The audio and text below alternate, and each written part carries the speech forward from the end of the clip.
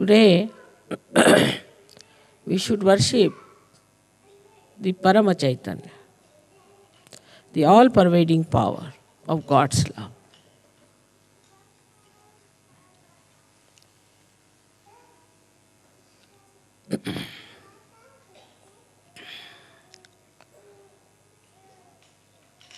We are aware that Parama Chaitanya does everything. At least mentally we know that everything is worked out by the grace of Parama Chaitanya, which is the power of the Adi Shakti. But still, it is not so much in our heart.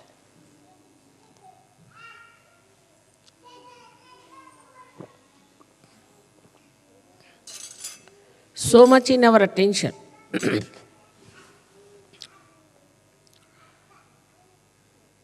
We can consider Param Chaitanya like an ocean, like an ocean which contains everything within itself. Everything, all the working, everything is within its own limits. So it cannot be compared with anything. You cannot compare it. Now if you see the sun, then from the sun, the rays have to come out to work it. If you see somebody, say a person who has an authority, he has to assert that power outside. So within himself, he doesn't work it out.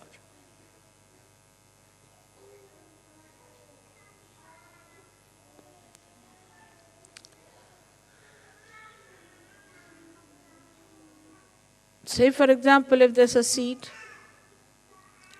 and inside the seed only the tree grows and the fruits come out, and then they are sold and people eat it, and everything is inside that seed, then that is Param Chaitanya. So we are all enveloped in it. And only the waves that we see, and we are on the waves, so we see it as dislocated, separated. Like we feel, this is Germany, or this is England, this is India. These are just folds of the sari of Parama Chaitanya, which look separated, but they are not separated. They are continuous.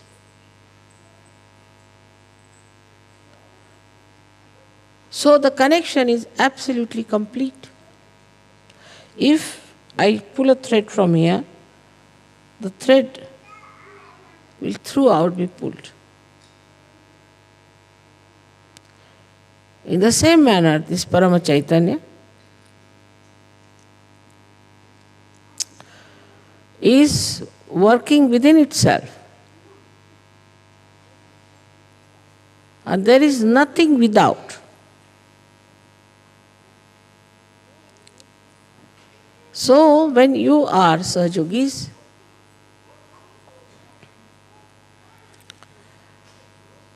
it pays special attention to you. Or I should say, it becomes absolutely one with you. Whatever you desire, whatever you want, also will be coming from the same Paramachaitanya, if you are one with it. Like in a, say, turbulent ocean, some drops of water may fly into the air and start thinking that we are above. We are away from the world, away from the ocean. But again they have to fall into the same.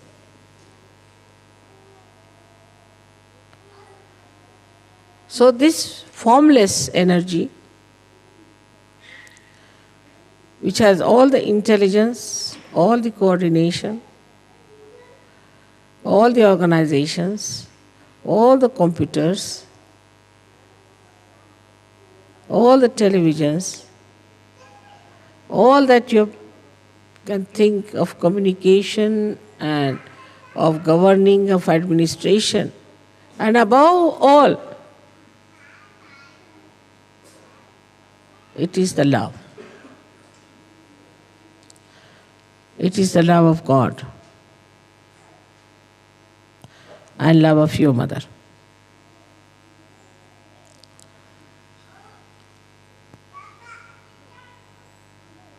So, to be one with this Paramachaitanya, you have to know that you have to become the reality.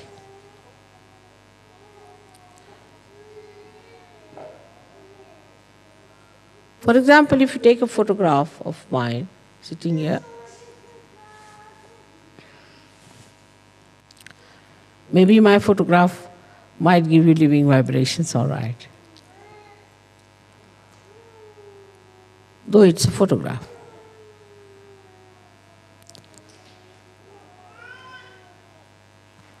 But if you take a photograph of somebody else,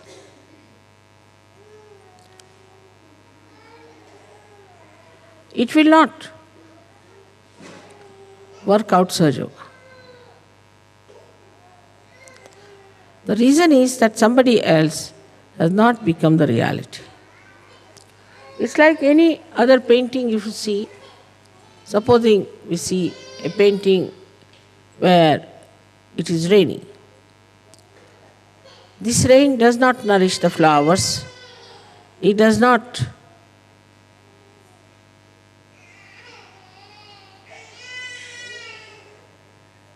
wash the cloth of the people who are there. It is static. So in ignorance,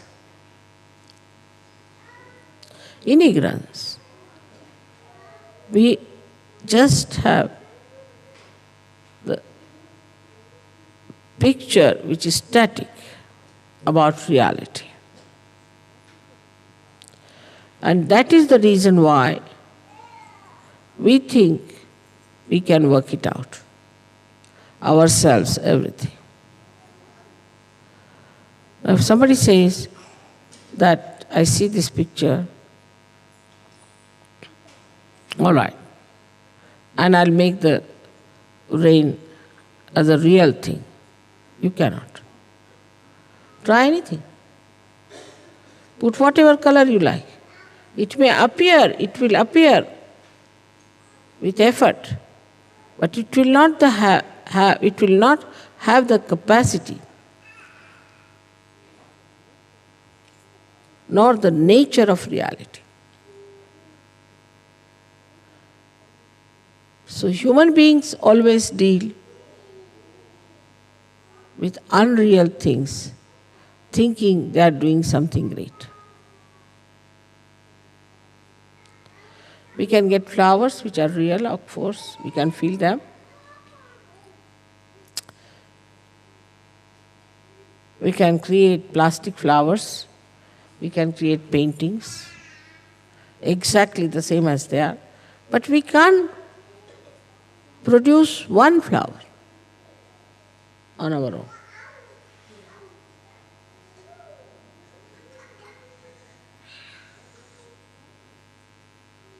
We'll have to go to reality, is that the Mother Earth is going to produce it. Or the sun is going to help the Mother Earth.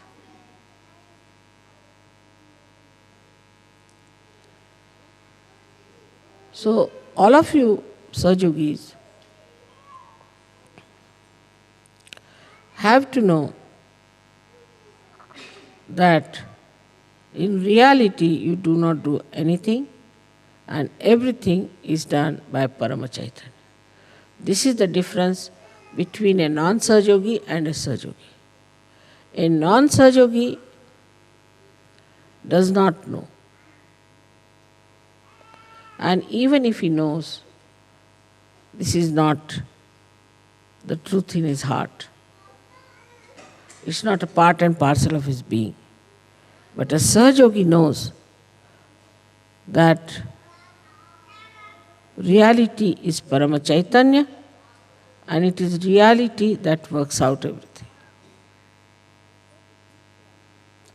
And then this reality is the divine love. We always separate love from action. To us, love means some sort of a mad behavior towards a person. It has no technical know-how, how to love. It works without any understanding. When we love somebody, we don't know. What do we do? We think we love you. Tomorrow we start saying, I hate you. So how can it be love?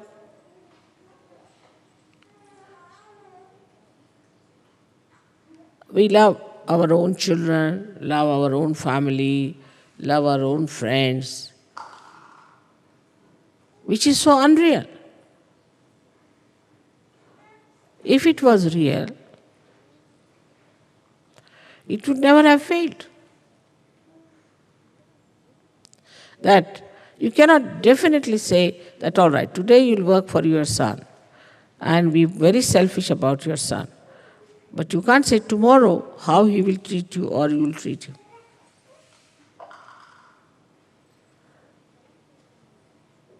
But Param Chaitanya knows. It knows how to express its love. Not only that, but it's an eternal feeling of love, which may change its hue, color,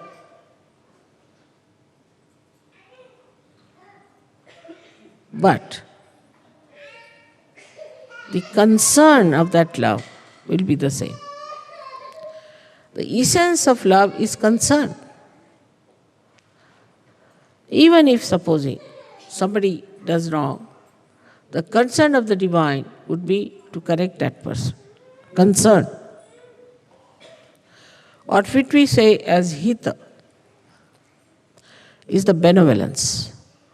So the concern for the benevolence will be all the time there, whether it may appear to be sometimes cruel, might appear to be affectionate, might appear to be overindulgent, whatever it may take a form, like a wave.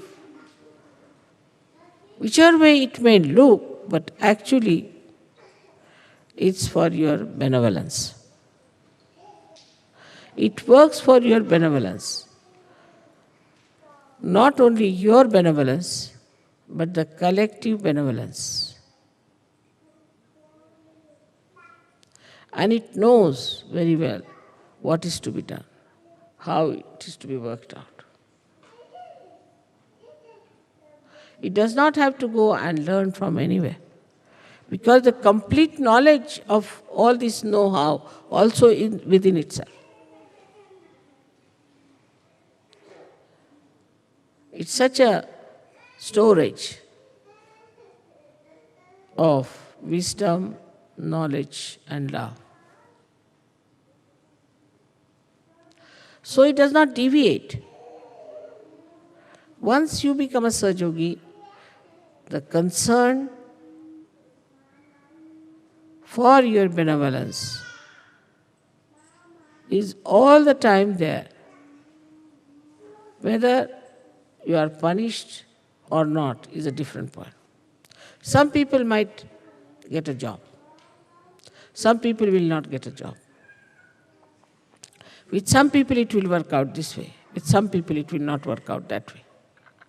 Then one may say that how is it? This Param Chaitanya is behaving like this. It's all for your correction. It's a big journey. Whatever works out for your correction and is for your benevolence, if you understand this point, then you'll never be disappointed in your life.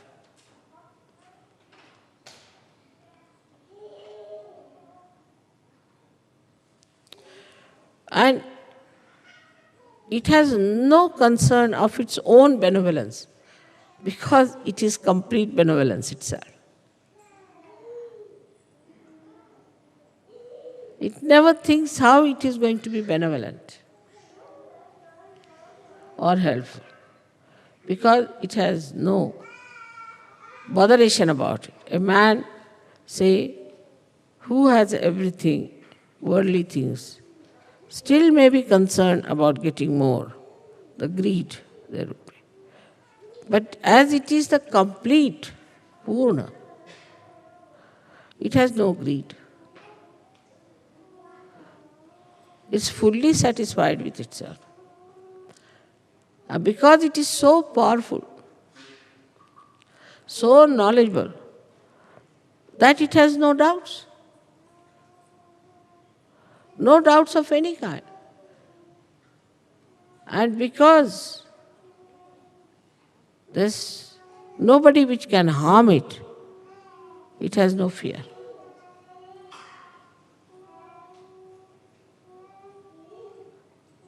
And you all have now felt that Parama Chaitanya should give you a complete, fearless life, a peaceful life, and a joyous life. Like a child who finds his mother, then he stops crying. No more. Now he's found his mother. In the same way you have found Parama Chaitanya and the connection within. So you don't have to worry for anything, don't have to think about anything, you don't have to plan about anything. Only thing is you have to jump into it. Just jump into it. And know that you have become part and parcel of the reality. This, if you have understood, I think we have done a big job. Now we are in Germany, and you know, in Germany, there have been people who have tried to shatter the hopes of human beings.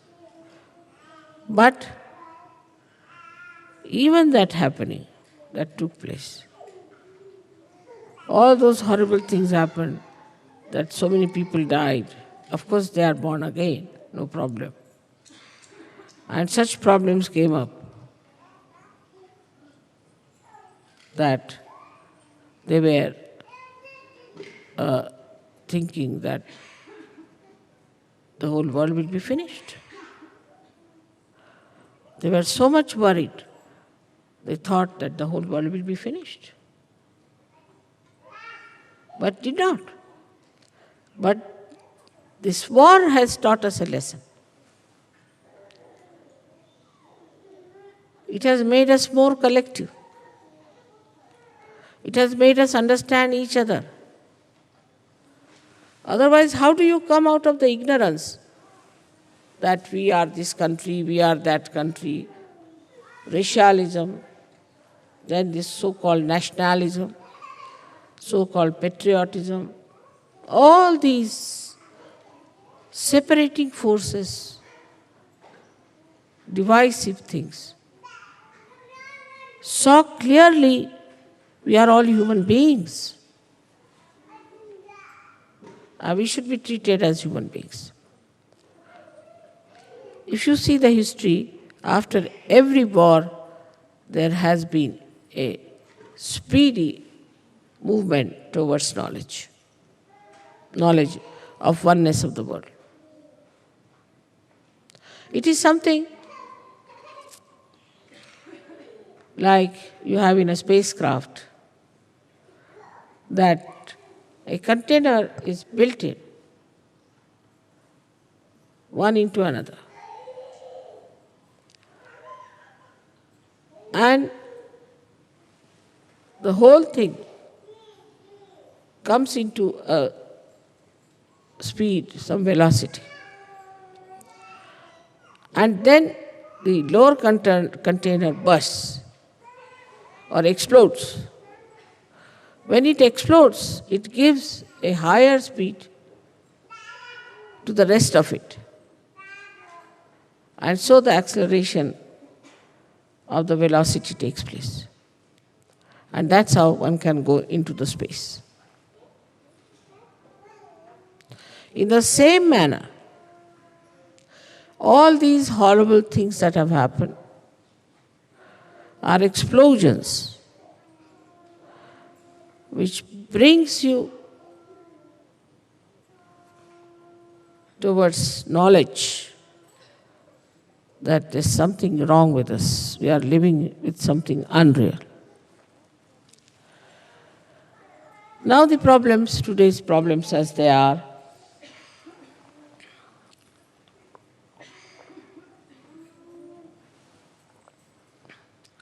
like ecology problem, AIDS, drugs, all these modern problems and poverty. If you see it like a witness, you will see these are quite shocking. These are very shocking things. And all these shocking things should really shock our mind. Should really shock our mind. Why we have this problem? And these problems, some of the stupid leaders think that we can solve by making more money. We can protect ourselves from ecology if we have more money. And that we can pollute the atmosphere because we'll have more money. And then we can protect ourselves so that everybody will have to have a mask moving about all over the place. But we should make more money to protect ourselves. Doesn't matter if there is ecological problem, doesn't matter. So you move about like a person who is entering into the area which is all full of fumes. All these stupid ideas come up because they do not see that what is human dignity is. That human beings are above everything else, above machinery, above all material things of the world. They will not talk that will balance the machinery, no. But what they will talk, that will make a man a greater slave of the machinery because he must have money, he must have more money, and with this more money, we can protect ourselves against this ecological problem. It is absurd. But if you understand the human dignity, then you have to understand that as a human being, we have to take a very positive, wise step to stop all the nonsense we have been doing.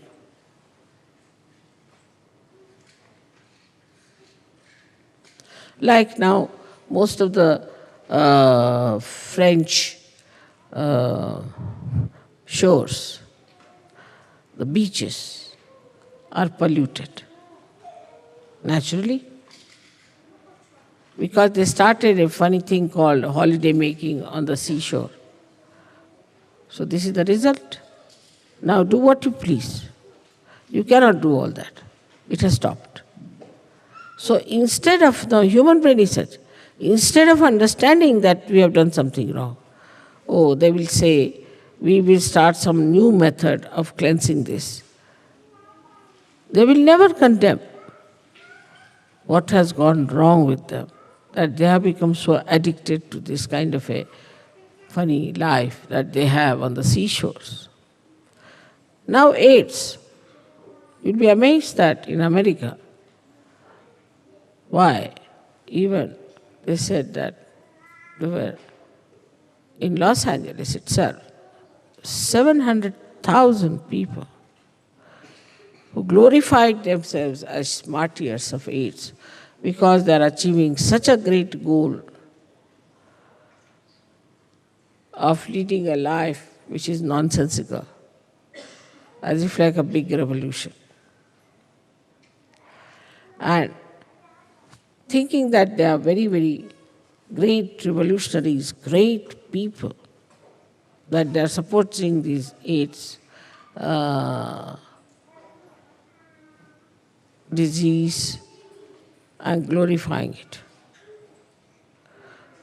Can you believe that this kind of assertion will be accepted? People only laugh at it. But everything is so money-oriented. They like to advertise it. They want to talk about money help. They want to say that this is happening because if they had more money, they would have taken more drugs. Because they have no money, that's why they are thieving. So we must give them money so that they can take drugs. Or they can take to this kind of life. On the whole, if you see, people have lived with something which is so unreal all their lives, absolutely unreal. And when it comes to facing it, that we've done a mistake, we should not have done this mistake, then they retreat and take another glorious image, artificial and unreal, saying that, oh, we are great, we are martyrs.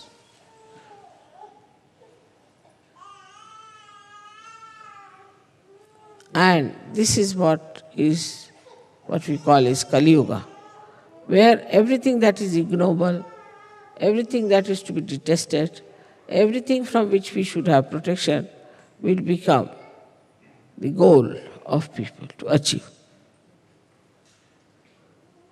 I hope you have understood that the all-pervading power around us is the one that is doing Sahaja Yoga, is the one that has brought you to Sahaja Yoga, and is the one who has given you blessings, is Parama Chaitanya,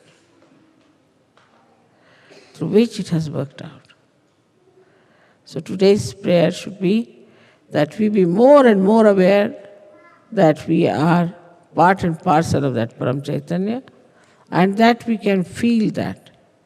We can use that power. We can work it out. If it is felt today that way, I think a lot of work has been done already, and may God bless you for that.